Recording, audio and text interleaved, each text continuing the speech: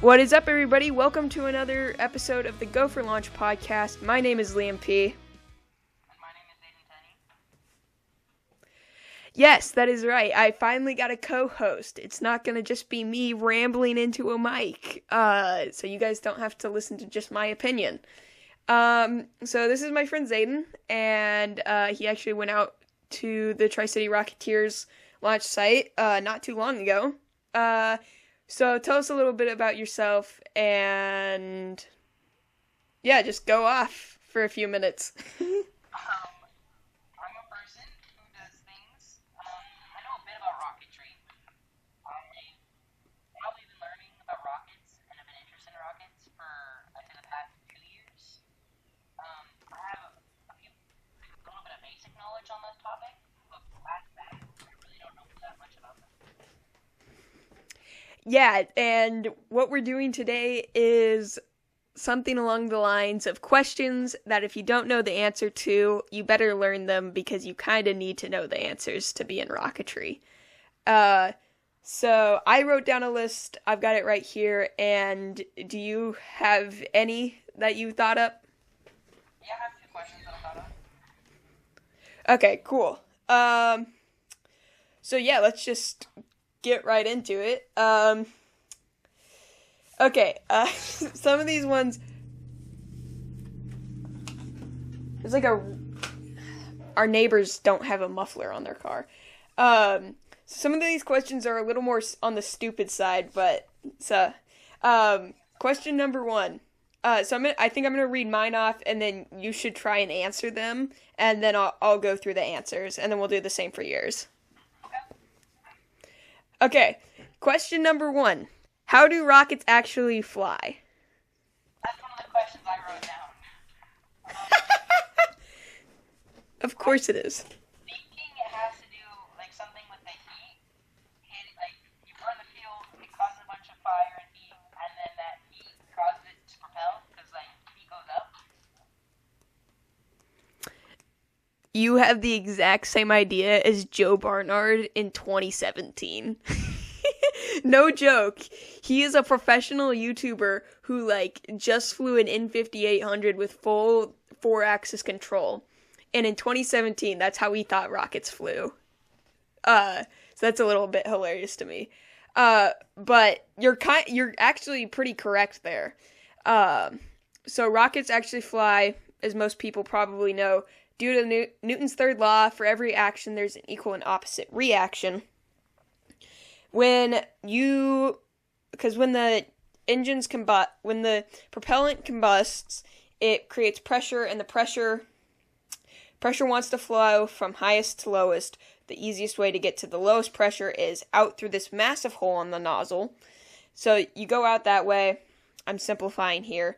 You go out that way, and then the nozzle expands it, blah, blah, blah. Bunch of nozzle theory that you don't want me to get into, trust me. And then, because you're throwing mass out the back of the rocket just wants to go the other way. Faster you throw mass out the back, faster you can go forward. Where does all the mass go? Into gas and some solids, depending on which propellant you're burning. Like, if you're burning with solid propellant, like ABCP, it's solids and gas, and maybe some liquids. I'm not exactly sure. I'm a little bit out of my depth on that. But on liquids, that's where I'm really good at. It's all gas, pretty much. Like, RP1, when you burn it, it's gas. LOX, when you not burn it, when you react it, it's gas. Methane, when it's burning with oxygen, it's gas. So, it's a little different depending on what type of rocket engine you're using. Like, usually just disappears into the air. Yeah, it just kind of becomes... It becomes part of the atmosphere, pretty much. And Satan is... Okay, he's back. You muted yourself. Yeah. You keep going. Would launching too many rockets into the air have, a big environmental impact on the atmosphere? Tim Dodd, the Everyday Astronaut, did a perfect video on this, titled How Much Rockets Pollute. I'll put it in the description. But yes and no. Yes, they do have an effect, but it is not at all anything like airplanes or cars or emissions from other industries. So yes, they do have effect. No, they do not really do anything, and this hobby has even less of an effect. So a car gives off less, like gas or more gas than a rocket ship. Cars in general, just like all the cars on the road, put out more emissions than a single like Starship or like all that. Like because we only launch about like I think last year. Here, let me check. Last year's total was like 400 launches or something like that. So yes, it's a lot, but there are I think 1 billion cars on the road was the last estimate. Would you say that rocket launches, the number of rocket launches per year has gone up or down? Up, up, up, up. Thank you to SpaceX for doing that. They did, as a single company with one rocket, they did 125 launches last year. They beat their target. 125 in a single year from one company. Which is crazy. Okay, question 2. How are rocket motors in the hobby industry classified? Rocket motors in the hobby industry. Illegal? I don't know. Well, I'm talking like power, like this power is classified as this power is classified as this, like that. Probably low level power. Well, yes. So, motors in hobbies, in the rocket hobby, model rocket hobby, technically it's high power rocketry. Whatever. They're classified with letters. Oh, Yeah, here, I'll pull up the Wikipedia page to show you guys. And Zayden. So they're classified by, letters. So, like, roughly every letter, the impulse doubles. the impulse is how much force it's going to have, right? Impulse is hard to explain. So impulse or ISP is it can be compared to the the miles per gallon of a car. That's what impulse is pretty much. At least in liquid engines. Solid motors, I'm not sure if it's the exact same thing. How does that work? Why do you have like a solid propellant and not a liquid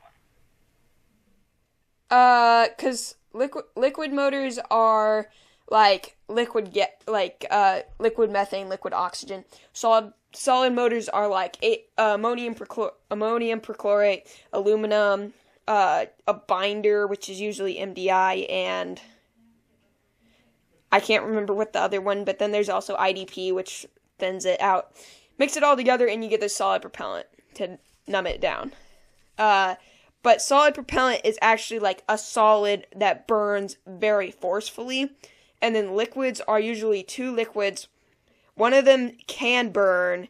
The other is the oxidizer, which oxidizers don't really burn. And then you have to mix them together to get a real forceful combustion under right circumstances, which engines produce.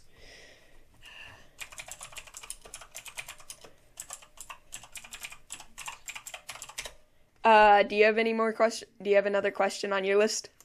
Yeah. What type of propellant and fuel is the best is the fastest? Is the fastest? Like fastest burning? Whatever one launches the rocket fastest. Launches the rocket the fastest. That's definitely going to be either Blue Thunder, Warp 9, or Sea Star. So Blue Thunder and Warp 9 are both Aerotech propellant, and Sea Star is CTI. Blue Thunder burns fast.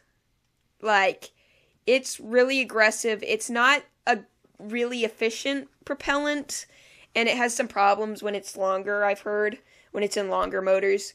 And it burns crazy fast and crazy hard. Like, you can get stuff moving with Blue Thunder.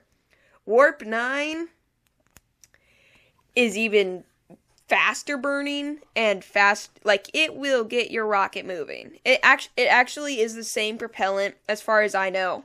It is the same propellant as the Pegasus rocket uses in its first stage.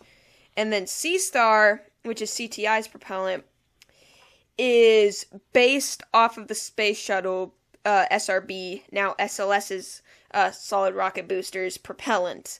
It is fairly good.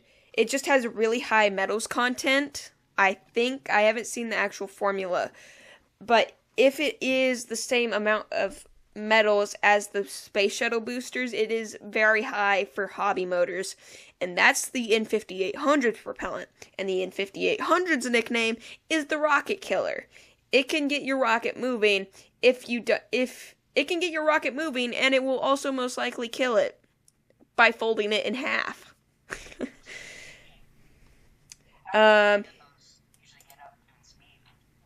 Yeah, they're like Joe Barnard did one half-inch fins, and it went Mach 3.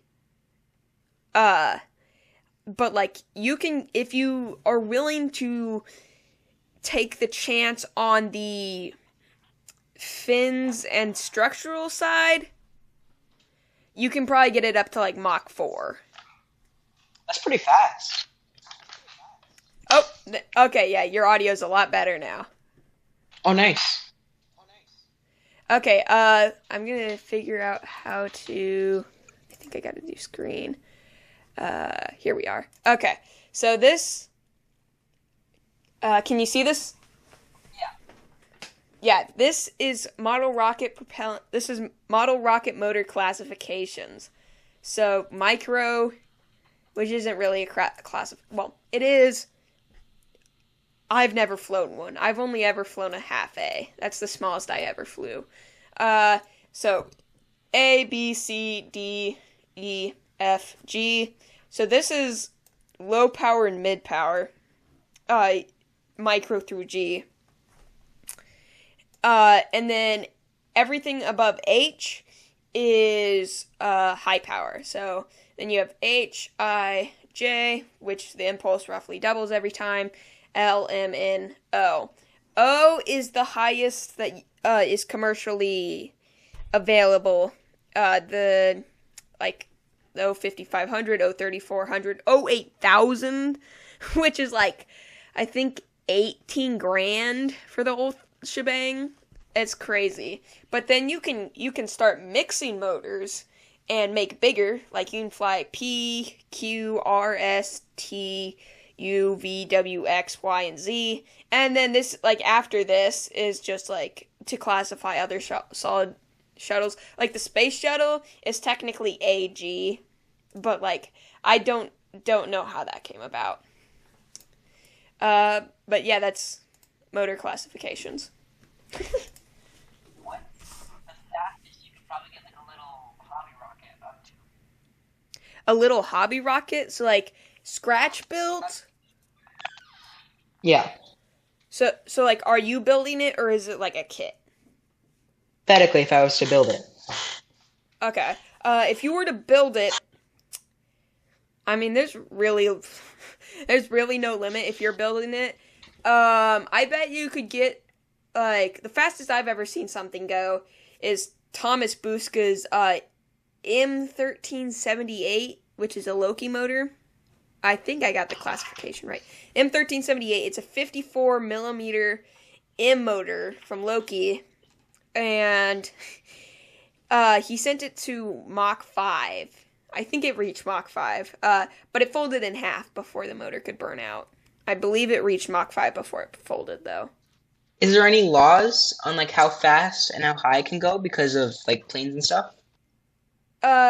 So usually you're flying in a waiver. So like when we were out at TRC, they have a waiver, which is, I don't know anything about the waivers really, other than from a source that I cannot confirm. I was told that the waiver is based on how far the launch site is from houses or suburban populace.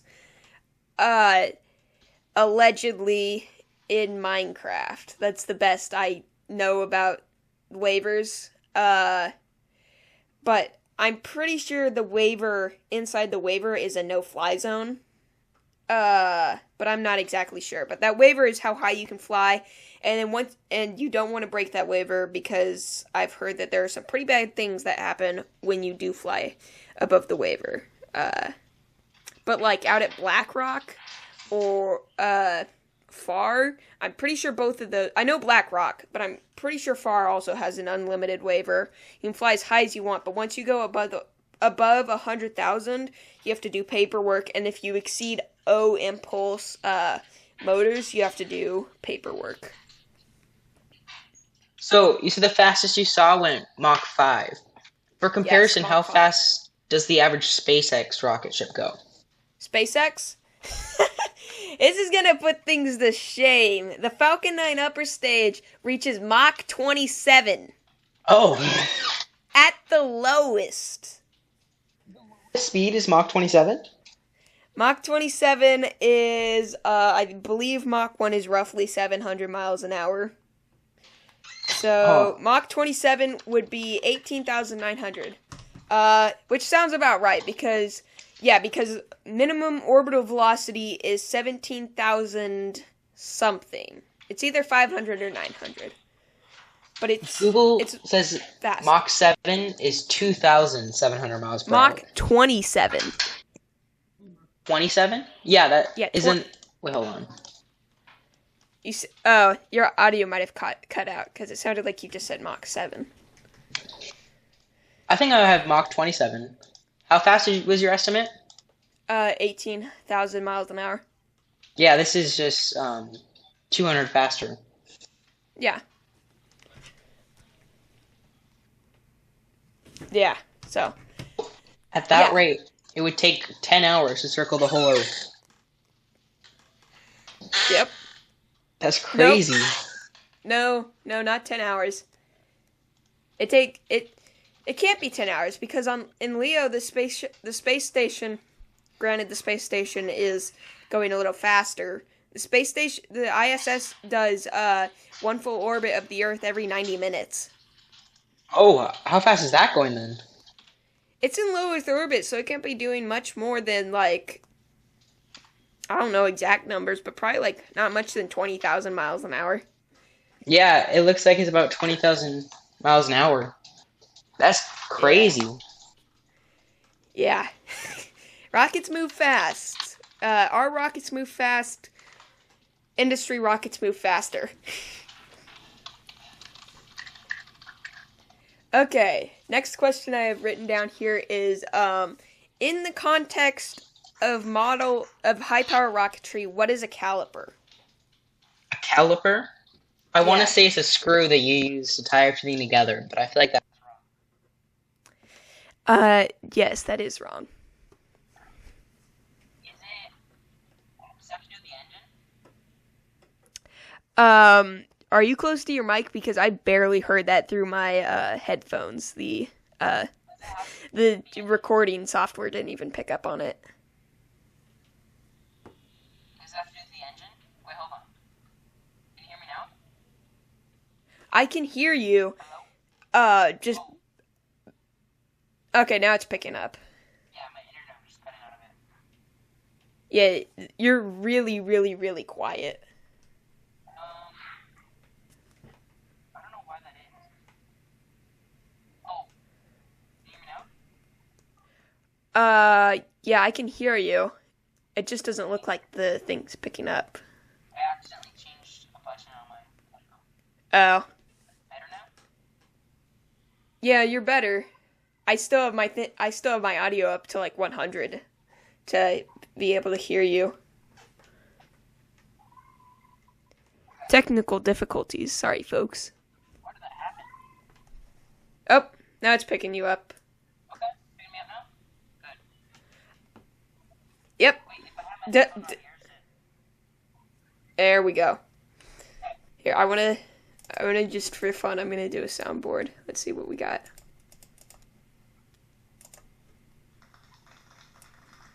Yo, what soundboard's that? Yeah, the soundboard's gonna be fun. How did you find the soundboard? Where is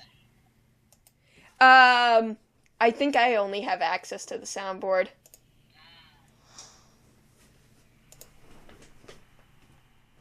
Okay, so a caliper in the terms of rocketry is a measurement and it's one body tube diameter. Oh. Yeah. So like when you're doing a rocket, like designing a rocket in Open Rocket or RAS Aero or RockSim, you want the CG, and it shows you in the corner. It says like 2 cal, 3 cal, 1 cal, negative 4 cal. It gives you the caliper, and you want to have the center of. This is one of the questions I failed on my Triple E mentoring program. I always get the two mixed up. I think you want the center of pressure in front of the center of gravity, but I'm not exactly. I know it's one of the. Yeah, you want the center of gravity in front of the center of pressure. Dang it, I always get it mixed up. Yeah, so you want the center of gravity in front of the center of pressure by usually like one body tube diameter, so one caliper. And so one caliper is different for each rocket? Yeah, one caliper is going to be different for each rocket. Like my Arcus, one caliper is 3 inches. For Dream Tribute, one caliper was 1 inch.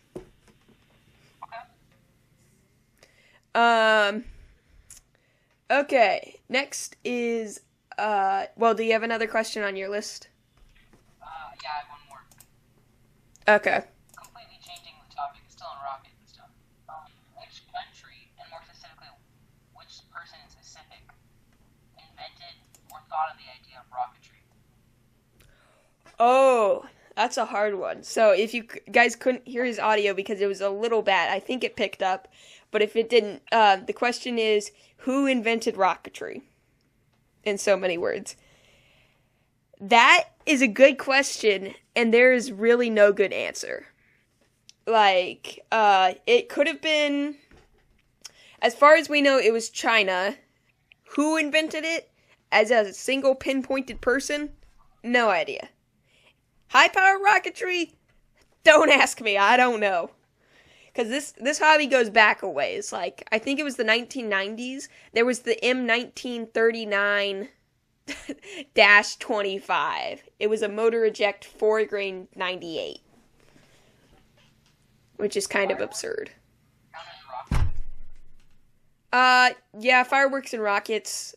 China invented them both at once, pretty much. Yeah, Kinda. China probably invented them a while ago. Yeah, I think first century is the best estimate we have. I don't know when's the first century. I don't know those things. First century would have been 20,000 years ago. Dang. I think. No, that can't be right. I don't know. I know how long a century is, but. Oh, wait, no, because I'm pretty sure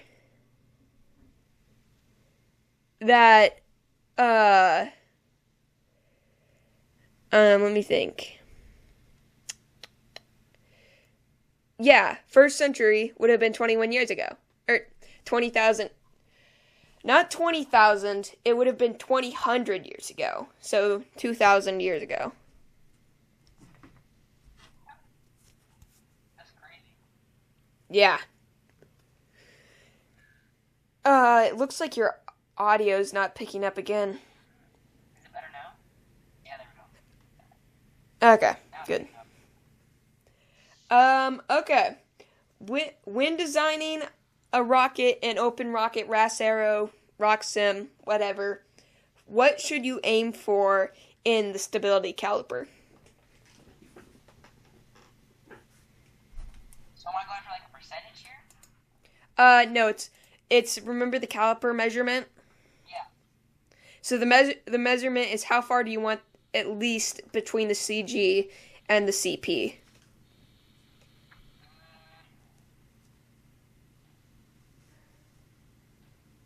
Probably at least half a caliper.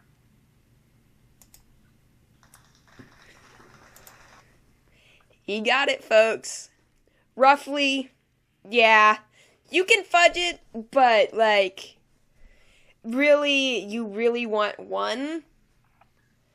But like the Punisher, like the Wildman Punisher, I'm pretty sure has 0.625 caliper sometimes.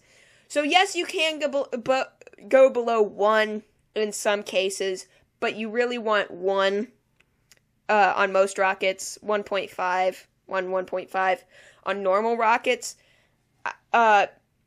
Going below that, I think it's Stubby and Punishers. I'm not sure how you can go below it, but going up it, you want like Mach 2. When you're going above Mach, you want like 2, I'm pretty sure. And then, like, the faster and faster you go, the more stability you want. Because once you punch through Mach 2, I believe, your center of pressure starts moving. And once you pass through Mach 3, it really gets going. So you want some pretty good stability if you're going high or fast. Do you have any more on yours? Or is it just gonna... 2 more. Okay. My first one is, how does the rocket burn fuel in space without any oxygen? That is a good question, and that's what the oxidizer is for. So in high power rocketry, so like those the motors that we fly, so like Ns, Ms, Gs, they have, since they're solid, everything's mixed together. The fuel, the oxidizer, anything that's affecting the burn rate, it's all mixed into one. So the propellant can burn in space because I'm not a chemist, so I don't really understand the burning aspect of stuff great, but I do understand it somewhat, enough to explain it. Don't quote me on anything. This is all, just take this all with a grain of salt and fact check anything that I say in this segment. And just in general, whenever I say maybe, fact check me. So the way that I understand it is when it's burning, the heat breaks down the solid oxidizer and solid propellant, and it releases oxygen atoms, which allow the fuel to burn when it reacts with it. So that's how solids burn in space. Liquids, I'm so much more comfortable with liquids. But when you're doing liquids, you have an injector plate, and you have your fuel and your oxidizer. Let's say the fuel is methane, liquid methane, and the oxidizer is liquid oxygen, or LOX. We spray them together in a jet. You can imagine like a cone. And when they hit, they spray everywhere, and they mix the two propellants, and they form little droplets. And then those catch fire either through an igniter if we're starting the ignition process, or from the heat of the current flame, and it's self-sustaining. But they're gonna burn anyway. They're gonna burn, and because liquids actually don't burn, they're actually just vaporize. They're boiling off, vaporizing, then burning. The burning is actually the gas. So you're technically burning gaseous methane in gaseous oxygen. So you kind of create your own little atmosphere, as far as I understand that. That last bit with the burning inside the own atmosphere, that's the part I don't really understand. Okay.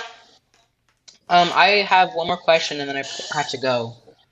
Who would Okay. you say is the most influential person in all of rocketry, now and ever?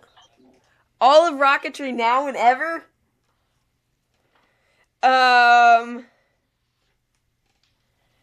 Okay, this one's gonna be hard. I would say, okay, I'm gonna just like cut the actual industry off and slide that off and just chuck it off a mountain for now, because I don't want to get to that right now because that's going to get me canceled anywhere and everywhere I go. In high power rocketry, there's not really one single person. I can name people that are influential to me, but to the hobby, I really don't know. Well, not the hobby specifically, just like rockets in general. Rockets in general, I still don't have an answer. Well, an answer that won't get me canceled. But yeah, really, it's just a bunch of people. The biggest evolution in high power rocketry probably came from whoever owned Dynacom and whoever owned Dynacom and whatever. Those he owned two companies, and Dynacom, I believe it was Dynacom, specialized in making fiberglass kits. So he made a bunch of so that really got the high power fiberglass kit ball rolling, which just allows you to punish so much harder. You can send, Joe sent, for all intents and purposes, sent a rocket to Mach 3 with just fiberglass airframe. It was carbon fins, but you can push fiberglass pretty hard. Carbon fiber, you can push that even harder, but that gets really, really expensive. Cardboard and plywood you can push pretty hard. I pushed cardboard and balsa to Mach 1. With just cardboard? Yeah, cardboard and balsa and JB Weld. Okay. I did glass the fins.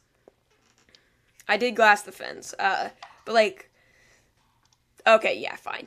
I glassed the fins, which really just does enforce them quite a bit and stops them from fluttering straight off. But I sent cardboard to Mach 1. That's cool. Yeah.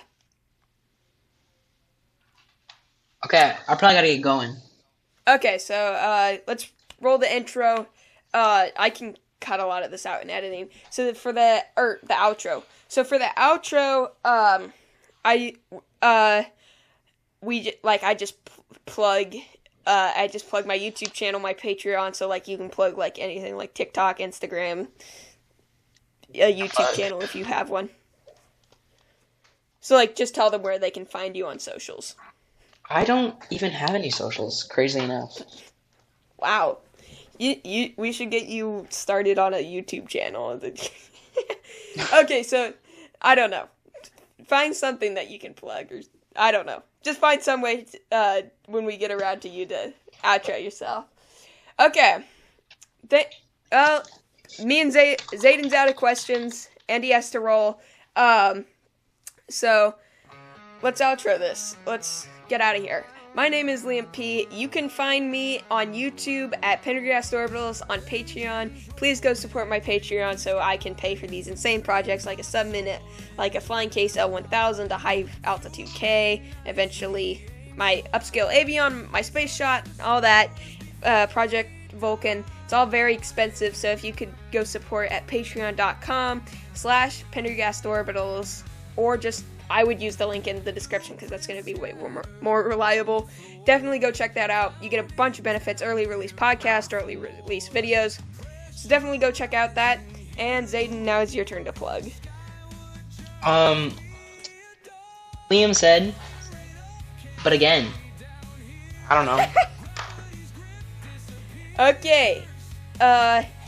We are this is the Go for Launch podcast, and we will see you next time. No fear!